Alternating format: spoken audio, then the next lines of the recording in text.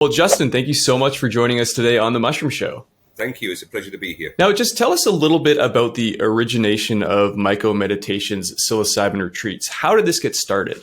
Okay, so this was originally founded in about 2015. The original founder of the company, who's no longer here, moved on 2 or 3 years ago and was an early pioneer in this space, I think you could say. At the same time, there was a lot of research coming out from Johns Hopkins that was supporting psilocybin as well. So back in 2015, it was very much the wild, wild west. It was retreats held sporadically, varying group sizes, not much in the way of therapy going on. And it was a combination of some therapeutic use, more recreational.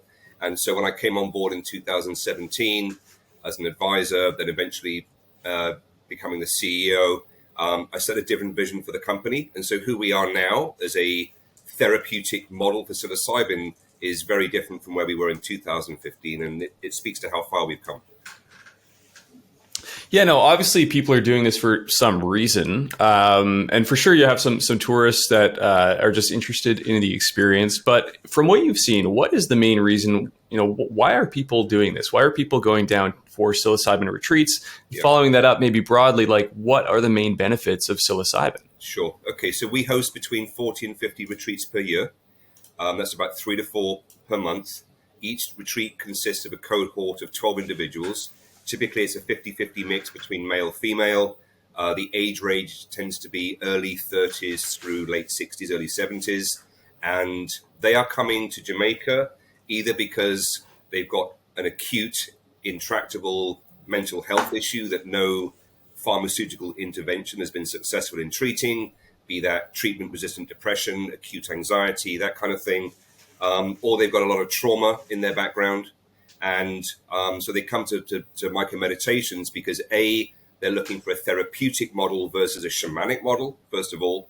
And secondarily, the outcomes that we achieve down here with regards to relieving people of their mental health conditions are superb. So it's typically, like I said, depression in its various forms through chronic depression, major depressive disorder, treatment resistant, people with an end-of-life diagnosis that have existential fear about death, comorbidities of anxiety and depression. We treat a lot of childhood sexual abuse down here, PTSD, fibromyalgia is very successful, OCD. Psilocybin is one of those psychedelics that has what's called trans-diagnostic efficacy, and it means it's effective for so many different mental health conditions in its own right. So that's amazing. And, obviously, and you mentioned this on your website too, that psilocybin, although it's amazing, it has all this healing potential, it's not a silver bullet. Yeah. What are some of the ways that people integrate the experience afterwards? Is there any support for the integration afterwards, or how do they carry on what they've experienced through their daily life when they leave the resort? Absolutely. So the preparation starts about a couple of weeks before they come on retreat, preparing them, helping them get ready. We have a very detailed application form, screening process. We deny about 30% of all applications for various reasons to maintain high safety standards. And so the typical retreat week is 7 days. 3 of those days are dosing days, followed by the next day with group therapy, and then also one-on-one therapy afterwards. And as you can probably imagine, we have an eclectic therapeutic approach, everything from internal family systems to Gestalt therapy to somatic therapy, according to the types of therapy that people need and what they're open to. And a lot of material comes up. Psilocybin is what's known as an ab-reactive, and that means in psychoanalytical terms, it will bring that to the surface, which has the most emotional charge within you. So that could be a rape trauma that happened 20, 30 years ago that's impacting the person today. The body will hold on to the physiological and emotional response to the trauma that happened decades ago. That's repressed material. The memories of the trauma gets relegated to the unconscious mind. So when they come to MycoMeditations, they will start to recover these memories of an abuse or some trauma. And at the same time, the body, through catharsis, will start to release these decades of repressed emotions, from powerlessness to disgust to fear to terror. And they have to somewhat process this and re-experience that trauma. But once the trauma is out and the material has been processed, then you start to see immediate relief in depression, anxiety, and then because of the reset of the default mode network in the brain that also happens with psilocybin, people are able to go back into the world and lay down new behaviors that are much more healthier for them, I should say. Yeah, that was really succinctly explained. And I think that is a lot of the promise of psilocybin, this ability to find whatever it is maybe under the surface that is bothering people or causing them to have certain unwanted characteristics or deal with things in a certain way. And it brings it up to the surface. It's not always comfortable, but sometimes it's necessary. And that is one of the mind-blowing things, I think, for me personally, about this little brown mushroom that grows in the wild on cow poop has the power to do all of this. And I guess the follow-up question there is, why mushrooms? There are lots of other psychedelics, obviously, and a lot of them have healing potential. I think we're exploring a lot of that right now. The resort is called MycoMeditations, which obviously is mycology. So why specifically mushrooms? I've got experience with a variety of different psychedelics. I've been working with psychedelics since 2001, more on the shamanic side of things. So all of my original training was in the indigenous modalities of working with psychedelics, especially ayahuasca. But it seems to me that purely geographically, there are not many places where you can operate in the world with these substances. So Jamaica is very relevant. It has no laws against the use of psilocybin. Secondarily, as I mentioned earlier, there's a lot of utility that you get from psilocybin compared to, say, DMT, which is the core molecule in ayahuasca, or LSD, which is synthesized. It's just that psilocybin has a much more varied use for it and is a very, very safe mushroom or psychedelic to work with as well. Right. And, I did notice on your website as well, it almost is similar to the ayahuasca retreat model in that two differences I noticed is, number one, they seem to be done, the mushroom experiences are done in a group setting. Mm-hmm. And second of all, they're done a number of times throughout the week. Right. And I guess my first question there is, what are the advantages of a group setting versus like a solo kind of therapeutic setting? And number two, I always thought that common knowledge was, that the mushrooms don't have the same effect if you do them multiple days in a row. So are people still getting those benefits or those experiences on day 2 and day 3 within that week? Absolutely. So I'll try and answer some of that in reverse. So the reason for the 3 dosing sessions is we start off quite low, in 3 to 5 gram dry gram doses. And the purpose of that first dose is to test the individual's sensitivity and tolerance to psilocybin. Because believe you me, there is no one size fits all. We've administered nearly 4,500 doses to 1,500 people in the last few years. So we've got a very good understanding of how people respond. So we test the water with the first dose, and then according to what their condition is, how acute their condition is, how long they've had it for, we can then tailor in that dose specifically to hit the right mark and begin to have people responding well to psilocybin. So there is an arc to the week.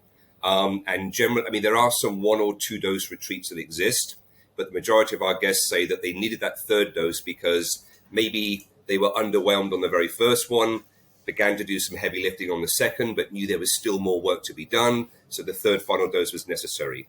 You're correct. There is a tolerance build up throughout the week. So our trajectory is typically 3 to 5 grams on the first dose, 8 to 10 or 11 grams on the second dose. Then depending upon how much we've enabled our guests to release, that can either step up even more into the high teens, or it can drop down to 8, 9, 10 grams for the third and final dose. So it's varying according to a person's mental health condition.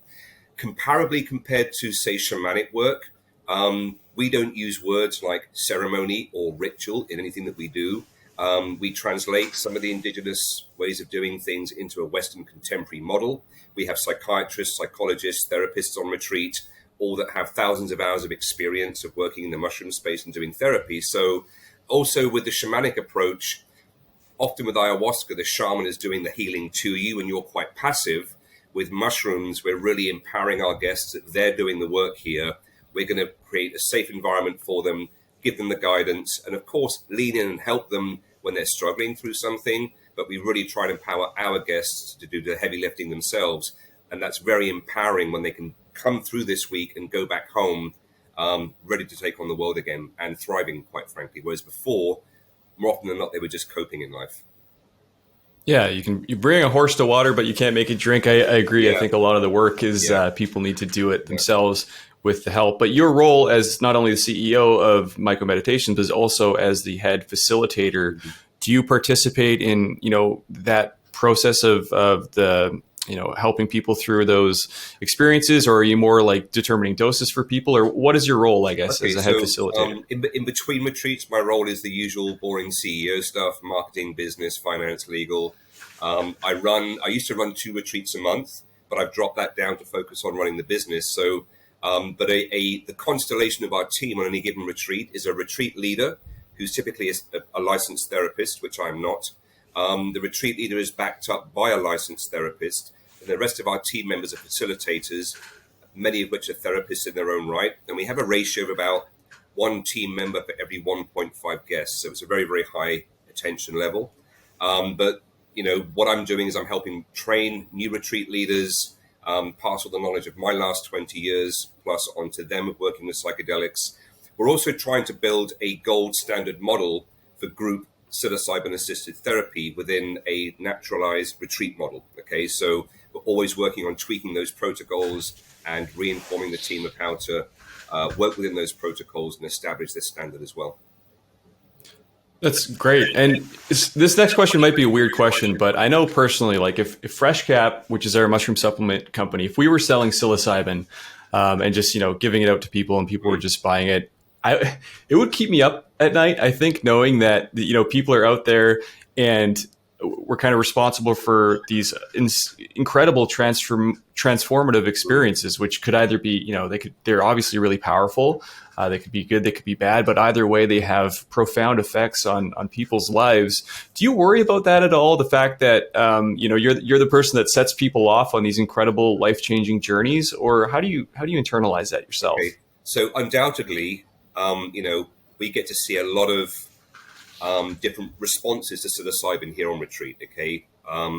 So I've seen both in the process of taking mushrooms, people act out violently sometimes. I've been kicked, bitten, scratched, punched, spat upon over the years. As people are going through catharsis and processing, it's a necessary part of the healing process. So we allow them to go through that with safety. I can tell you that we keep, so 2 weeks before a guest gets here, we send them online surveys, which are rating scales. They're nationally recognized mental health rating scales for anxiety, depression, PTSD, alcoholism, adverse childhood event questionnaires, this kind of thing. Then when they leave retreat, they get sent the same survey a month later, 3, 6, 9, and 12. So we get to monitor the outcomes of our guests over time. And I can tell you that our outcomes are up there and exceed that of the research institutes. Secondarily, we continue with ongoing integration with our guests once they've gone home and they've finished retreat.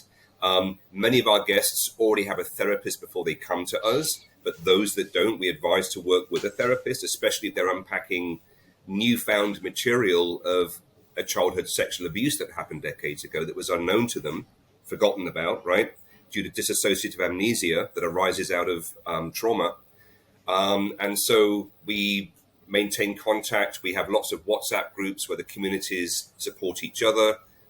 There's a lot of support they're wrapped up in before coming on retreat and after they go home as well.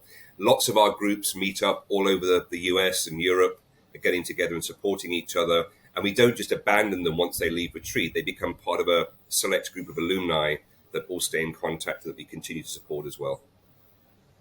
Now, one other question, I'm sure you get this a lot, but, people might say, look, I can go to, there's dispensaries in Vancouver, Canada. I can buy mushrooms online, I can grow them myself. It's kind of a 2-part question, but number one, what is the cost of a retreat like this? And the follow-up to that would be, do you have any worries or concerns about access and this stuff potentially being prohibitively expensive? Right. So our retreats, we have 3 different price points, 3 different levels of retreat. Classic, which is your more rustic Jamaican experience, comfort in the middle, then concierge at the top. The amount of team members and the quality of the therapy doesn't change throughout any of those, but our guests can choose to come on a rustic, classic retreat, comfort, or concierge. And all that really changes then is the quality of the accommodation, surroundings, and the food. So at the very low end, shared rooms for 7 days. 2 people sharing a room could be $4,500 each. The mid-range is north of $6,500, $7,000, right the way up to the highest price we have is a shared room on concierge level at $23,500. So that's that.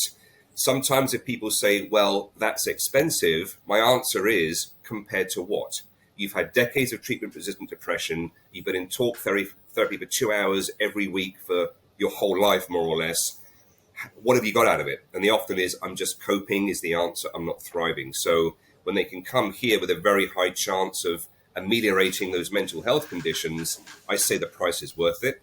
Also, there's a lot of expense from our end that goes into maintaining such high quality standards, psychiatrists, psychologists, therapists, flying them over here, accommodating them, feeding them, and this kind of thing in a pioneering nascent industry. So I would answer that question that way.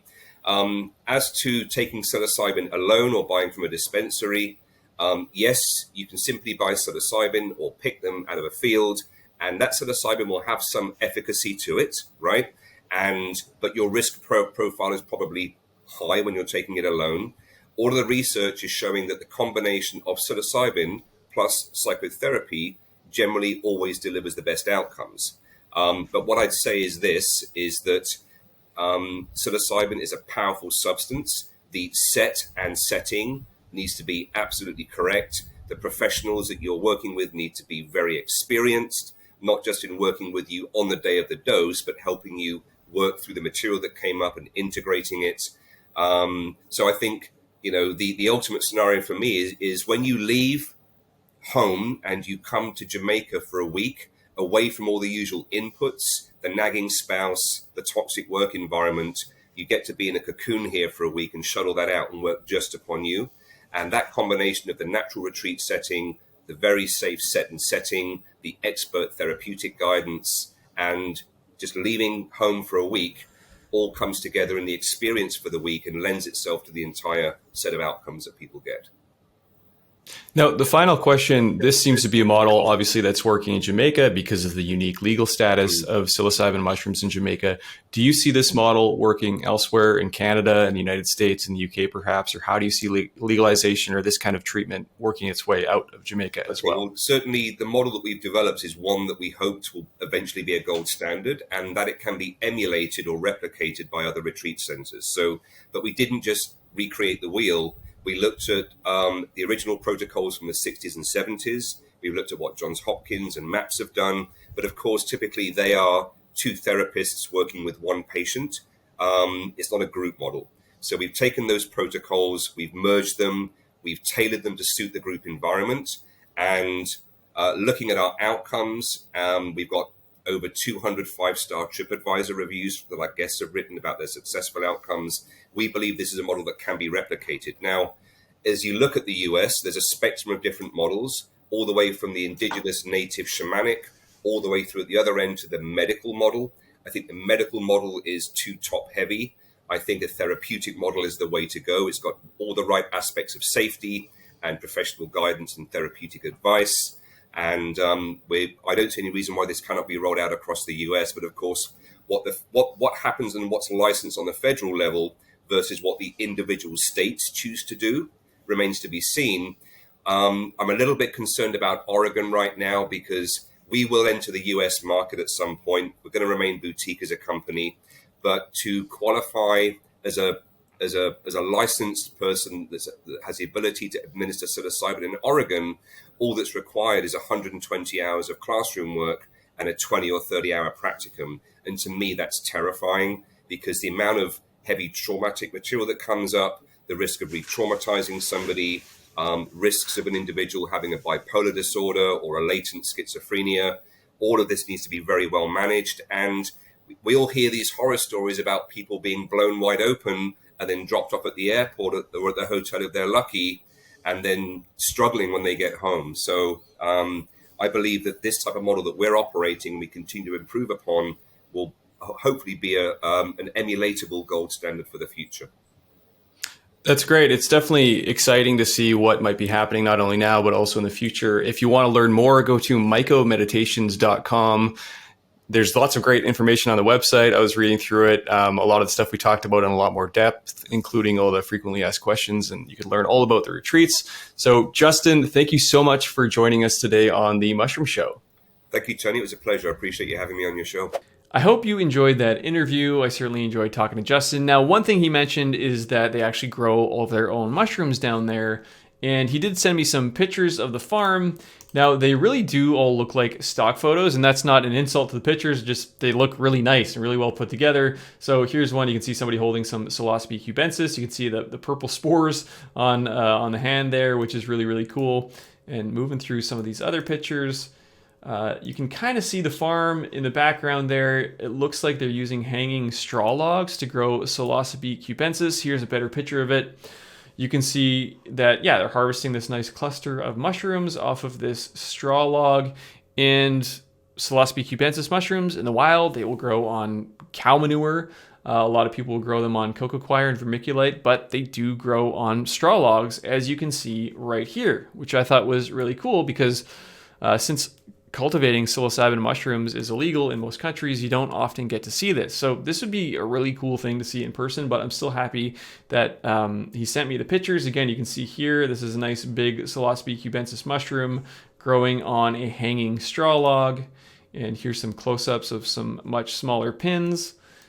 And yeah, a couple more nice pictures of these beautiful, beautiful mushrooms. Obviously, I've seen a lot of pictures of these mushrooms, but I can never get enough. So please let me know in the comments. I would love to know what you thought of this segment and what you think of psilocybin retreats. Really looking forward to what people are talking about in the comments.